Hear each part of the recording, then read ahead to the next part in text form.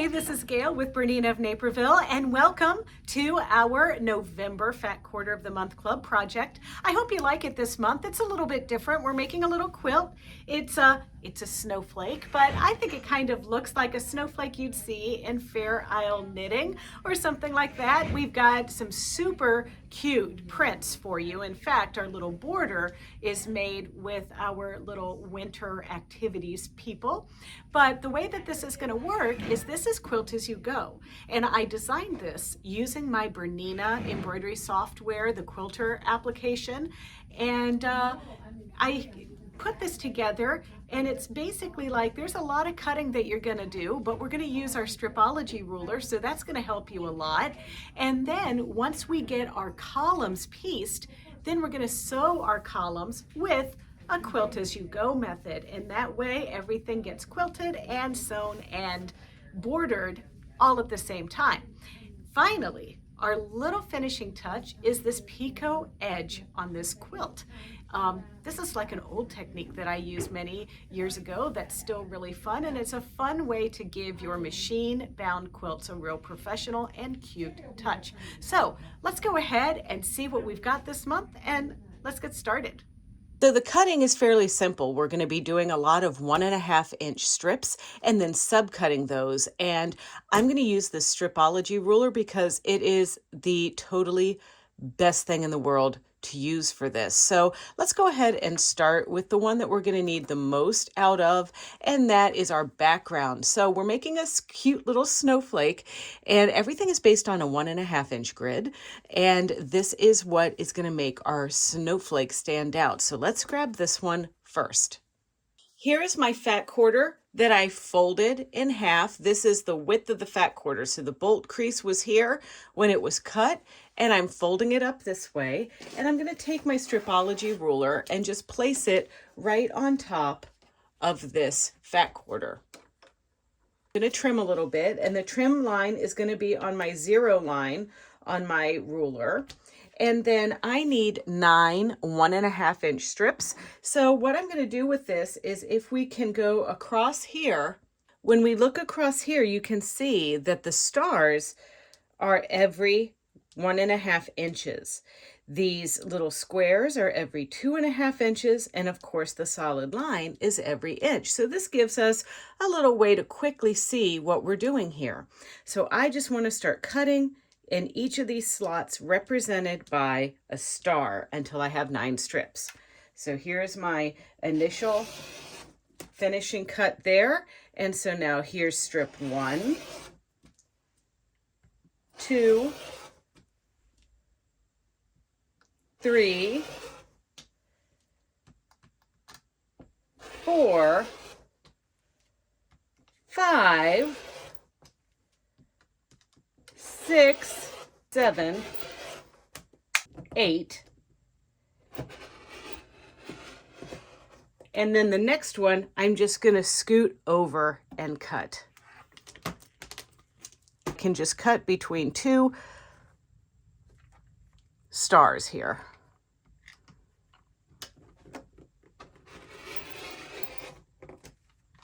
Okay, here, so what I've done is I've trimmed my selvage pieces off here, and I have 2 1.5 inch strips that are folded and doubled here, and I'm gonna place my stripology ruler back down here, and I'm gonna line that clean edge right up at a line on here, and I need to cut 24 1.5 inch squares. So here is our first one. So now I'm cutting 4 at a time, so I need to do this 1, 2, 3, 4. So that gives me 2, 4, 6, 8, 10, 12, 14, 16. And then I need 18, 20, 22, 24 more.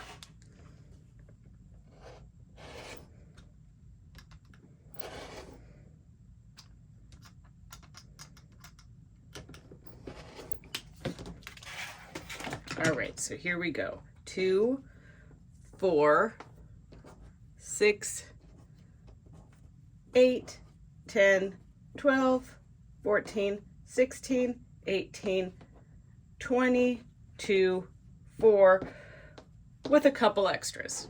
Now this time I need to cut 16 1.5 by 2.5 inch pieces. So I'm going to take 2 of my strips like this, or if you really wanted to, you could unfold them and do them like this. Just place them right on top of each other like this. Now in this case, we'll have to move our stripology ruler. But now I'm going to use another part on my ruler. First of all, let's go ahead and trim off some of the selvage edge. Okay, so now we're going to go every 2.5. So that's 2, because I've got 2 stacked together. 4, 6, 8. There's 8 of them. 2, 4, 6, 8. We have to do this again.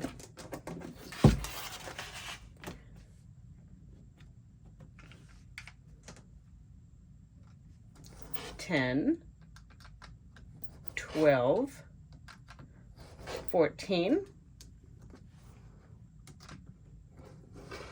16. Now I'm going to cut 14 1.5 by 3.5. I'm going to go every 3.5 inches. So there's not a special symbol for that, but I'm just going to go ahead to 3.5, taking 2 strips that are on top of each other like this, and I'm going to cut them just like you saw me do before. Okay, so for my second to last cut here, I need 2 that are the 1.5 inch strip by 15.5. And my stripology ruler is only 12.5 inches. So all I'm going to do is use another ruler here and the guides on my cutting mat. So what I'm going to do is trim off my edges here to get a nice clean edge. And then my 15.5 inch mark is right here. And so now I have my 2 15.5 inch pieces here. Place my stripology ruler down and then cut my 4.5 inch pieces. And these are all 4 pieces that I'm cutting at one time.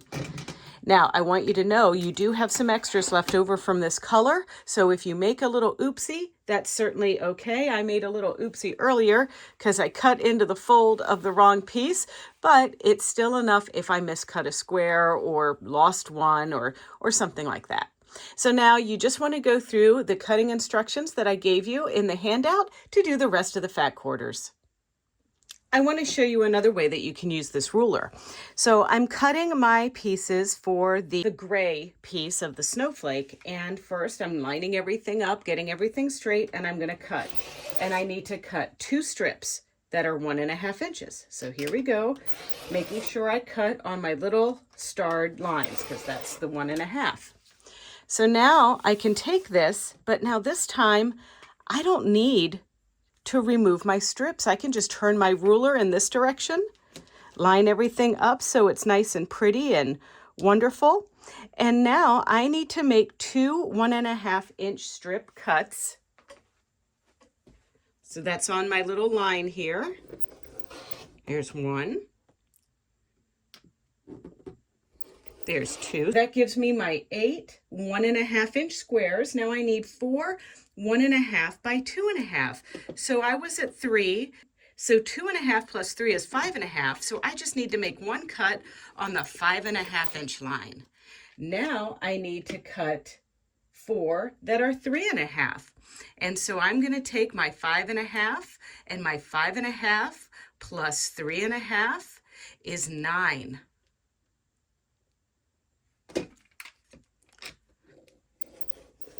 And that was a super fast way to cut these pieces.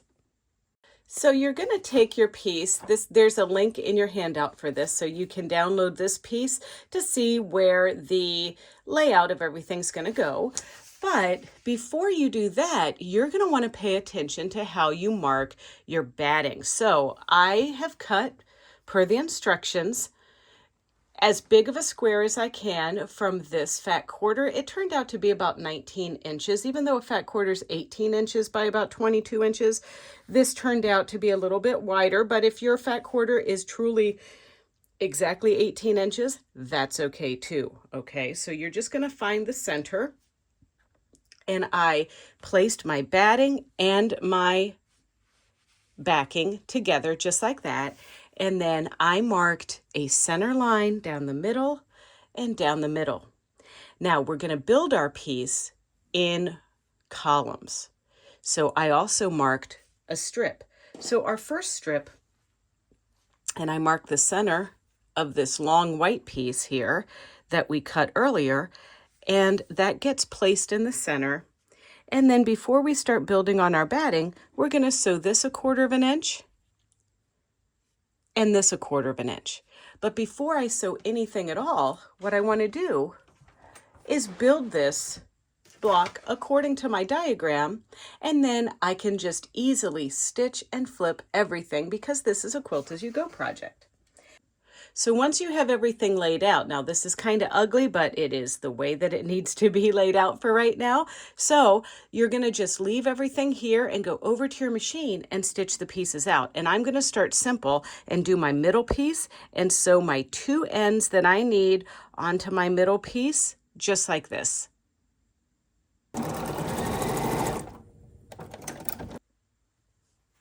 So this is the piece in the middle, just like that. Now we're going to sew, and I'm going to do all of my strips as we go after they're all pieced together. So I'm just taking this over to my sewing machine with a 1/4 inch seam allowance and sewing these pieces. Now, you know I'm not a pinner, but I also get things screwed around all the time. So I'm going to pin these so they're in the right order as I take them to my machine. Now that piece is done, and I'll just repeat the process again for this side and just sew in sections and build out. So lots of sewing to do, lots of pinning to do.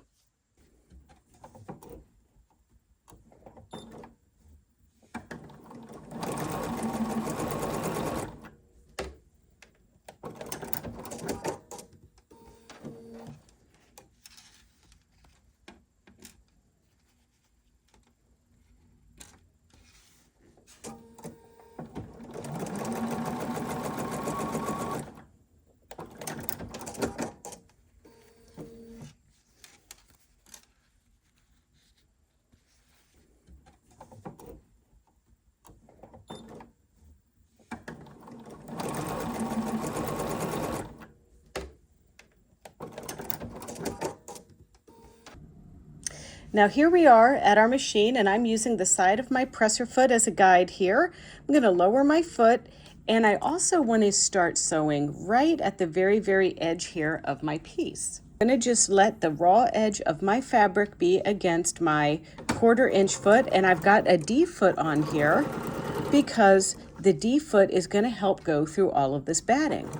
Now, if you do not have a machine with dual feed, you can use the walking foot. And the walking foot is a removable item that can go on your machines that don't take the dual feed. It's a little bit harder to see a 1/4 inch using the removable dual feed, but there are markings on the foot that can assist you. You can see there, that little notch right there to the right of the needle, in my opinion, is the right 1/4 inch. But once again, you might want to make a little test, you know, just to test it out if you're going to use your dual feed.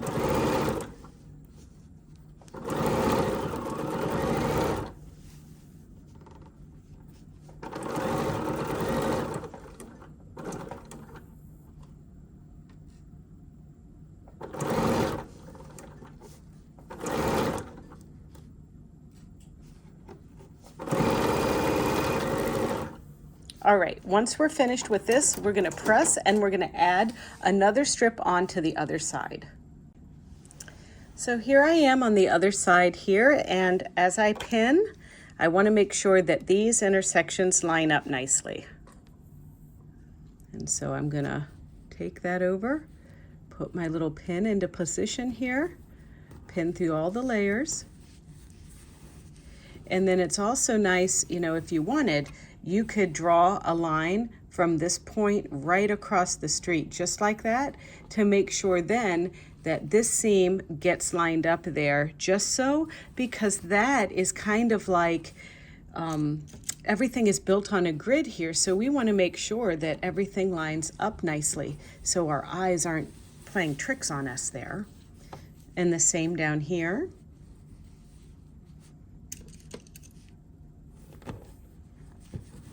And here.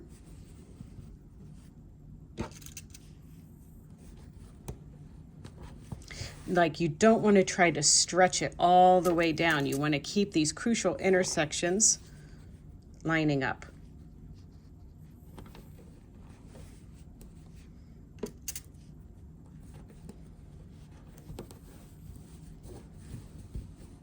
Okay.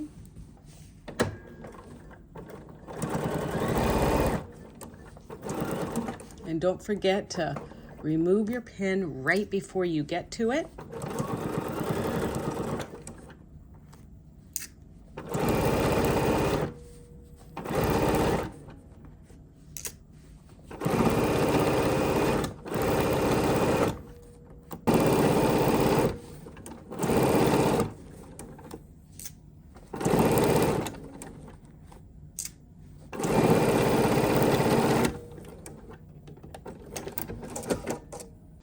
Now, if we look here, I probably could have done a better job of pinning and getting everything just butted up against each other. But if I ripped, I also want to be mindful of my seams on the back here. Do you see how, you know, they're nice and straight and whatever? Well, you know, we all have to live with our margin of error here, and I'm fine with this. It's fine. So now I'm going to line this guy up, and I need to get my crucial intersections pinned into place because now I have some offset ones.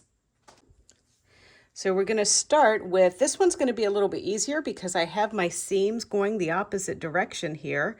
So I'm going to snuggle butt those little pieces together and pin. And then also make sure that this is lining up here at the beginning. There we go. And then I'm going to do this down here at the end.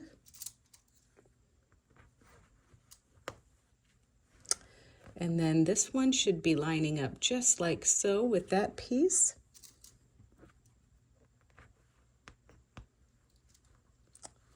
And we have another one of these pieces that's going to get sewn down here. So you're going to pin that one just the same. And they get sewn the same, but here's an intersection here. These two need to be lined up nicely, so I'm going to pin that. And then we want this intersection to be nicely pinned and joined.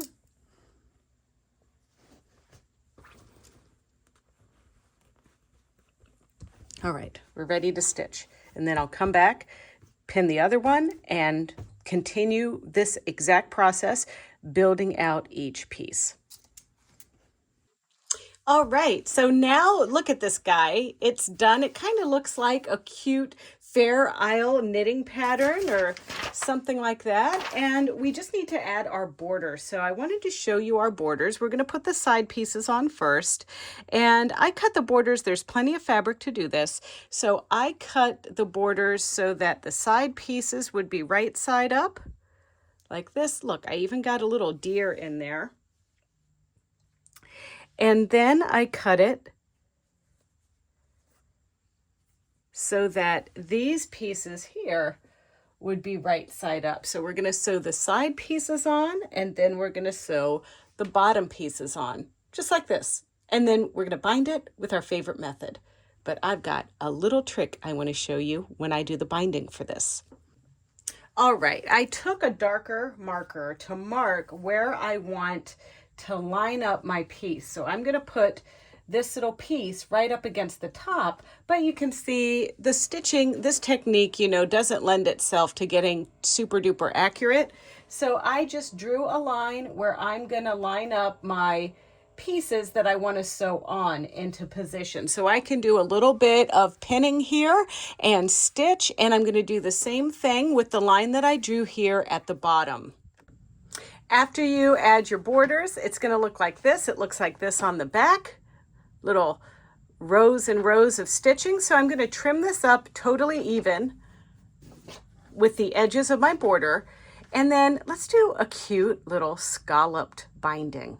So I've made some bias from the leftover shimmery metallic fabric, and I cut it on the bias at 2.5 inches wide, joined it together, pressed my seams open, and now I have this piece that's been folded in half. So I'm going to use an altered blind hem stitch and my number 1D foot here, and I'm going to scallop the edges of this binding before I sew it onto the quilt. This is a pretty easy thing. When the needle swings just to the right, it's going to go off the edge or just right onto this folded edge and squeeze it. And then we're going to keep doing that, and it creates a little scallop look. So let's go over to the machine and see how this is done. Okay, so I used the blind hem stitch number 9. I mirrored it. I increased the stitch width to 5, and the stitch length was decreased to 1.65. I adjusted the upper tension to 7, and I moved my needle position 2 clicks to the right. Now the rest is up to you. And I'm lining my fabric up to the inside toe on this number 1 foot.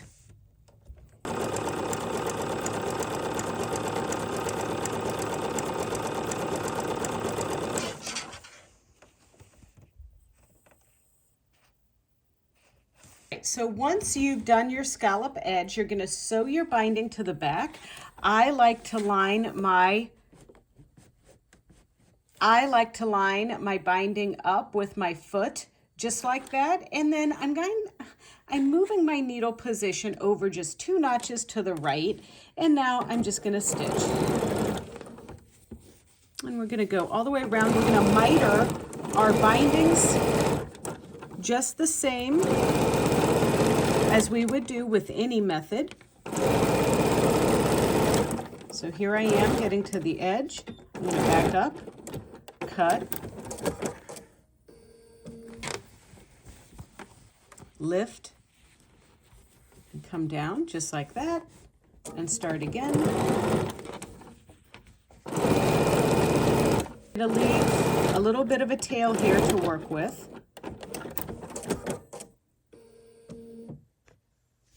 And the idea is that we're going to just line this guy up like this, line this guy up like this, and we're going to connect these 2 pieces together along that fold.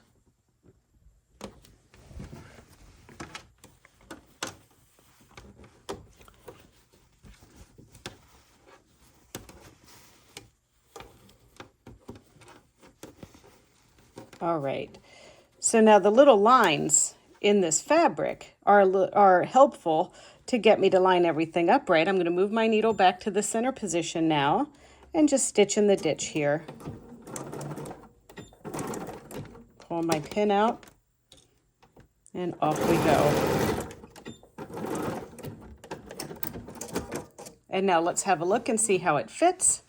All right, that looks good to me. So now I'm going to trim my pieces, leaving a little bit of a tail, you know, so I can play around with it and get it just right.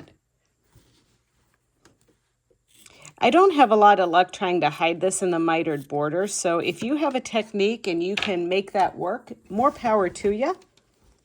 There we go, and I'm going to tuck this guy down just like that. So now here we go.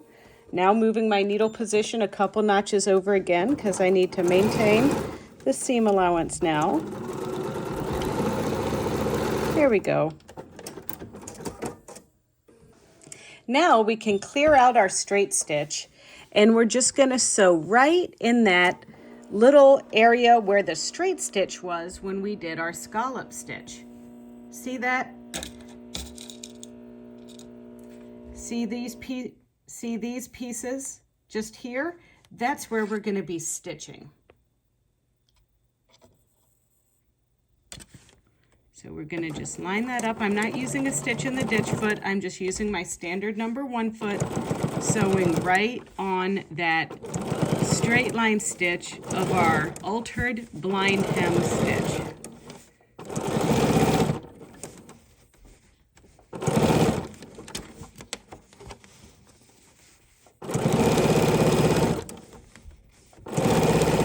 And you might have noticed that on the areas that we had joined our binding together, it didn't scallop as much. Well, that unfortunately cannot be avoided because we are dealing with fabric that was a little bit stiffer there. So I'm gonna just pivot.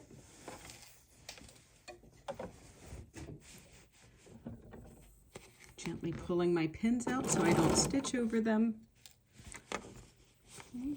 Here we go. But now you can see here what that little scallop looks like. And this is not a whole lot different than doing a normal binding. You're just decorating the edge, the folded edge of your binding before you sew it onto the back of your quilt.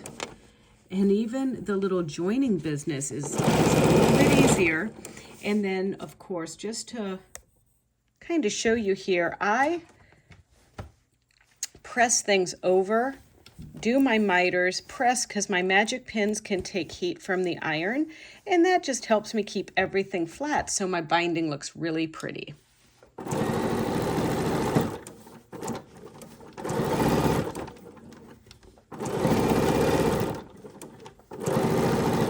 You're probably wondering, hey, Gayle, how can I join this Fat Quarter Club? Well, you go to BERNINAofNaperville.com, type in Fat Quarter Club, and you purchase it. Now, it is a monthly subscription, but you don't get billed automatically. We actually send you an invoice every month. So you can decide, hey, Gayle, I'm not feeling it this month. So you just don't pay your invoice and then you don't get the Fat Quarter of the Month Club.